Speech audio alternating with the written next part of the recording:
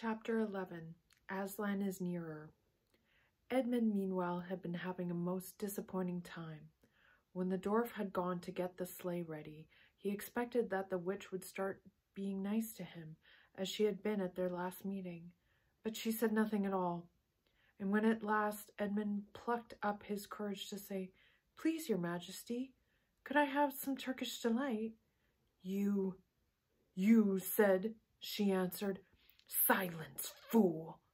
Then she began to change her mind and said, as if to herself, "And yet it will not do have the brat fainting on the way." The brat. And once more clapped her hands. Another dwarf appeared. "Bring the human creature food and drink," she said. The dwarf went away and presently returned, bringing an iron bowl with some water in it and an iron plate with a hunk of dry bread on it. He grinned in a repulsive manner as he set them down on the floor beside Edmund and said, "Turkish delights for the little prince." Okay. I got this. Okay. "Take it away," said Edmund sulkily. "I don't want dry bread." But the witch suddenly turned on him with such a terrible expression on her face that he apologized and began to nibble all the bread, though it was so stale he could hardly get it down. "You may be glad enough of it before you taste bread again," said the witch. While he was still chewing away, the first dwarf came back and announced that the sleigh was ready. The white witch rose and went out, ordering Edmund to go with her. The snow was again falling as they came into the courtyard, but she took no notice of that and made Edmund sit beside her on the sleigh. But before they drove off, she called Magram, and he came bounding like an enormous dog to the side of the sleigh. "Take with you the swiftest of your wolves and go at once to the house of the beavers," said the witch, "and kill whatever you find there. If they are already gone, then make all speed to the stone table, but do not be seen. Wait for me there in hiding. I, meanwhile, must go many miles to the west before I find a place where I can drive across the river. You may overtake these humans before they reach the stone table. You will know what to do if you find them." "I hear and obey, O Queen," growled the wolf, and immediately he shot away into the snow and darkness as quickly as a horse can gallop. In a few minutes he had called another wolf and was with him down on the dam and sniffing at the beaver's house. But of course they found it empty. It would have been a dreadful thing for the beavers and the children if the night had remained fine, for the wolves would then have been able to follow their trail, and 10 to 1 would have overtaken them before they got to the cave. But now that the snow had began again, and the scent was cold, and even the footprints were covered up. Meanwhile, the dwarf whipped up the reindeer, and the witch and Edmund drove out under the archway and on away into the darkness and the cold. This was a terrible journey for Edmund, who had no coat. Before they had been going quarter of an hour, all the front of him was covered with snow. He soon stopped trying to shake it off, because as quickly as he did that, a new lot gathered, and he was so tired. Soon he was wet to the skin, and oh, how miserable he was. It didn't look now as if the witch intended to make him a king. All the things he had said to himself before, to make himself believe that she was good and kind and that her side was really the right side, sounded to him silly now. He would have given anything to meet the others at this moment. Even Peter, The only way to comfort him now was to try to believe that the whole thing was a dream, and that he might wake up at any moment. And as they went on, hour after hour, it did come to seem like a dream. This lasted longer than I can describe, even if I wrote pages and pages about it. But I will skip on to the time when the snow had stopped, and the morning had come, and they were racing along in the daylight. And still they went on, with no sound but the everlasting swish of the snow and the creaking of the reindeer's harness. And then at last the witch said, "What have we here? Stop!" And they did. How Edmund hoped she was going to say something about breakfast. But she had stopped for quite a different reason. A little way off, at the foot of the tree, sat a merry party, a squirrel and his wife with their children, and two sayers, and a dwarf, and an old dog fox, all on stools round a table. Edmund couldn't quite see what they were eating, but it smelled lovely, and there seemed to be decorations of holly, and he wasn't at all sure that he didn't see something like a plum pudding. At the moment when the sleigh stopped, the fox, who was obviously the oldest person present, had just risen to its feet, holding a glass in its right paw as if it was going to say something.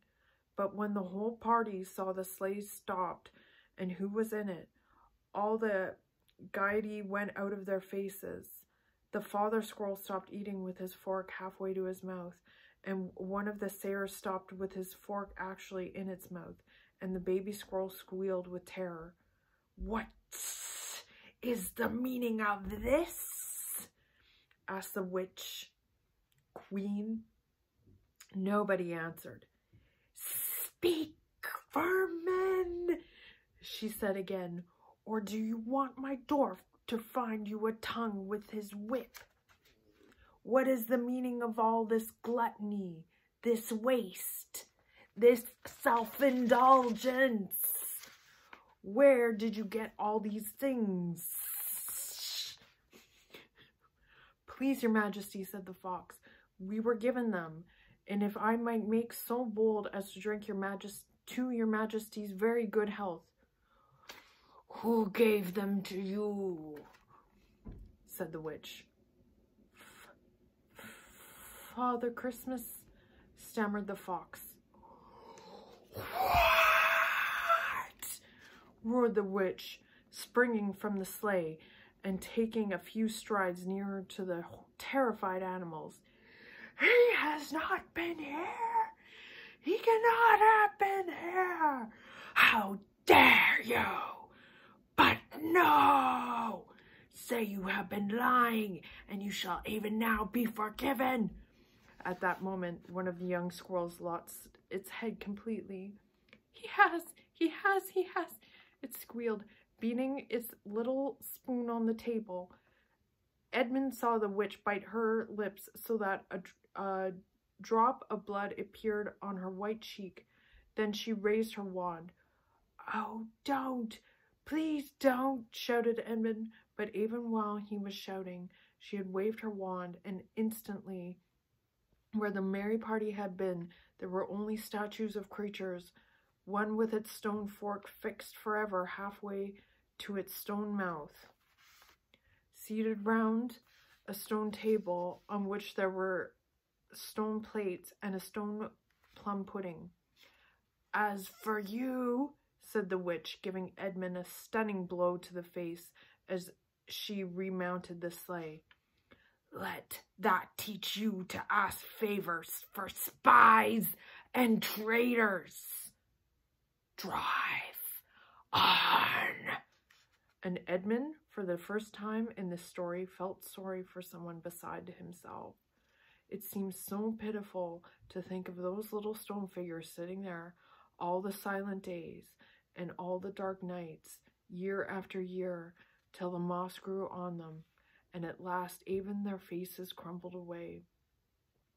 Now they were steadily racing on again, and soon Edmund noticed that the snow which splashed against them as they rushed through it was much wetter than it had been all last night.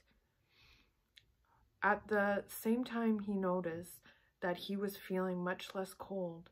It was also becoming foggy. In fact, every minute it grew foggier and warmer, and the sleigh was not running nearly as well as it had been running up till now. At first, he thought this was because the reindeer were tired, but soon he saw that this couldn't be the real reason. The sleigh jerked and skidded and kept on jolting as if it had been struck against stones. And however the dwarf whipped the poor reindeer, the sleigh went slower and slower. There also seemed to be a curious noise all round them, but the noise of their driving and jolting, and the dwarf's shouting at the reindeer, prevented Edmund from hearing what it was, until suddenly the sleigh stuck so fast that it wouldn't go on at all. When that happened, there was a moment's silence, and in that silence, Edmund could at last listen to the other noise properly. A strange, sweet rustling, chattering noise, and yet not so strange, for he'd heard it before. If only he could remember where. Then all at once he did remember. It was the noise of running water.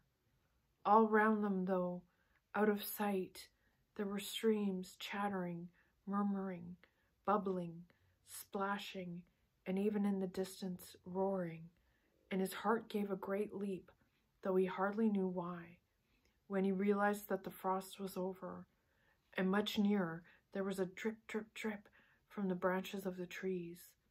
And then, as he looked at one tree, he saw a great load of snow slide off it, and for the first time since he had entered Narnia, he saw the dark green of a fir tree. But he hadn't time to listen or watch any longer, for the witch said, "Don't sit staring, fool! Get out and help!" And of course, Edmund had to obey.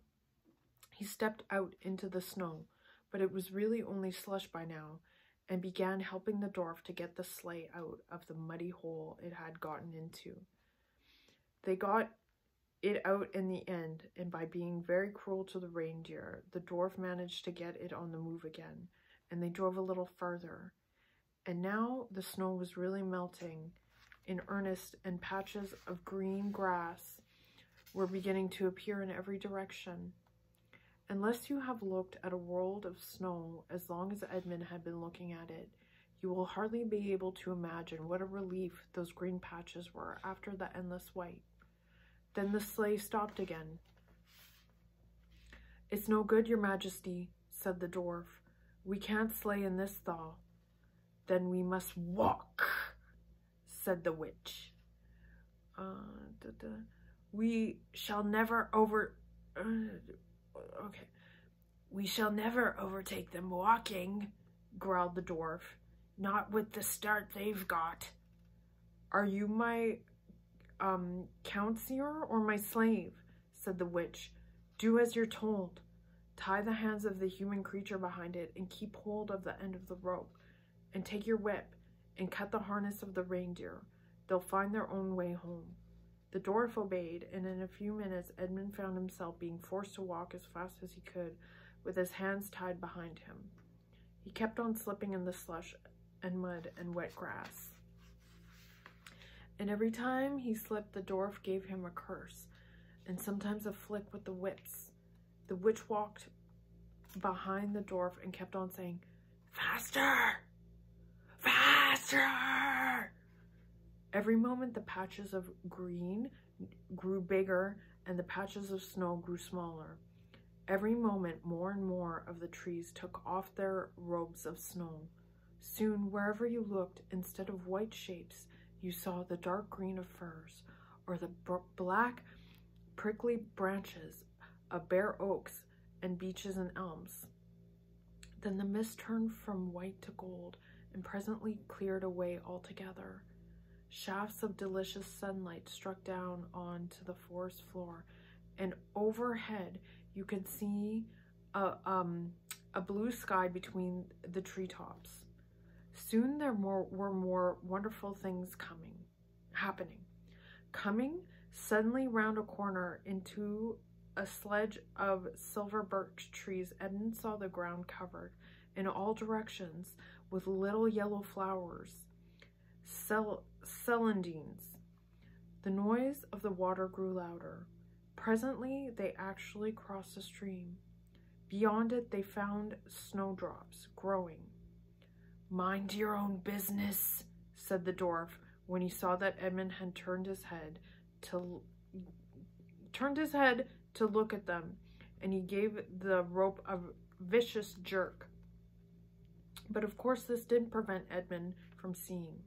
Only 5 minutes later he noticed a dozen crocuses growing round the foot of an old tree, gold and purple and white. Then came a sound even more delicious than the sound of the water. Close beside the path they were following, a bird suddenly chirped from the branch of a tree. It was answered by the chuckle of another bird a little further off, and then, as if that had been a signal, there was a chattering and chirping in every direction, and then a moment of full song, and within 5 minutes the whole wood was ringing with birds' music, and wherever Edmund's eyes turned he saw birds alighting on branches, or sailing overhead, or chasing one another, or having their little squirrels or tidings up their feathers with their beaks. "Faster! Faster!" said the witch. There was no trace of the fog now. The sky became bluer and bluer, and now there were white clouds hurling across it from time to time. In the wide glades there were primroses. A light breeze sprung up, which scattered drops of moisture from the swaying branches and carried cool, delicious scents against the faces of the travelers. The trees began to come fully alive. The larches and the birches were covered with green. The abergums were gold. The abernums with gold. Soon the beech trees had put forth their delicate, transparent leaves. As the travelers walked under them, the light also became green. A bee buzzed across their path.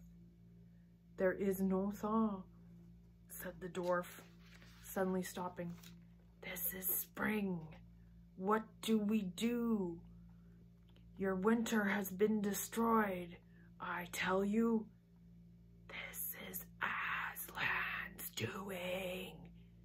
"If ever you were to mention that name again," said the witch, "he shall instantly be killed."